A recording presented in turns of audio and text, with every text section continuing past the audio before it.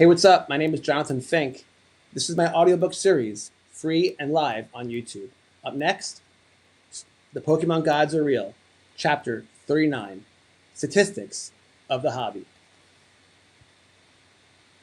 Every religion eventually collides with numbers. Belief meets mathematics. Myth meets probability. Faith meets statistics. Pokemon, despite all its mystery and magic, is no exception. Beneath every pack, every pull, every euphoric celebration or crushing disappointment, there is math quietly dictating outcomes. The hobby runs on odds. Pull rates, print runs, population reports, grading distributions. The modern collector swims in a sea of numerical data.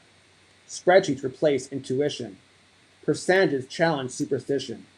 Entire purchasing decisions are made not from emotion, but from statistical expectation. What are the chances? What is the expected value? What does the data say? Yet, statistics introduce a paradox that every collector eventually confronts. Numbers promise clarity, but the experience of the hobby rarely feels clear. A booster box may have a known hit rate, but no individual pack carries certainty. Probability governs aggregates, not moments. The math describes the crowd, not the believer. Statistics explain everything. Statistics guarantee nothing.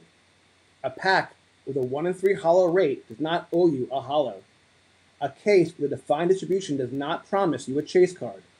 The numbers do not remember your previous losses, your near misses, your personal sense of cosmic injustice.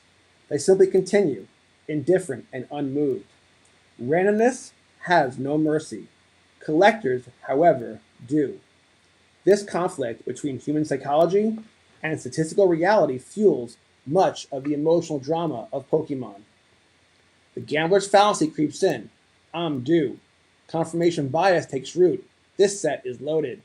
Survivorship bias distorts perception as spectacular pulls flood social media, while ordinary outcomes vanish into silence. The math remains stable. Perception bends wildly. Modern technology has only intensified this dynamic. Population reports quantify rarity with surgical precision. Grading companies assign numerical verdicts to condition. Marketplaces convert trading cards into constantly fluctuating price graphs. The hobby has become measurable in ways the first generation of collectors could never have imagined. And yet, measurement has not diminished mystery. If anything, it has amplified obsession. Collectors pore over data, searching for patterns that may not exist. They debate print runs as if interpreting sacred texts. They chase statistical anomalies, believing deviations from expectation signal hidden truths. Numbers, intended as tools of rationality, become objects of fascination in their own right. But the deepest lessons statistics teach is humility. Over large enough samples, luck evens out. Hot streaks cool. Cold streaks thaw. Extraordinary outcomes regress towards ordinary expectation. The universe of probability is vast, but it is governed by laws that care nothing for individual desire. No collector is exempt.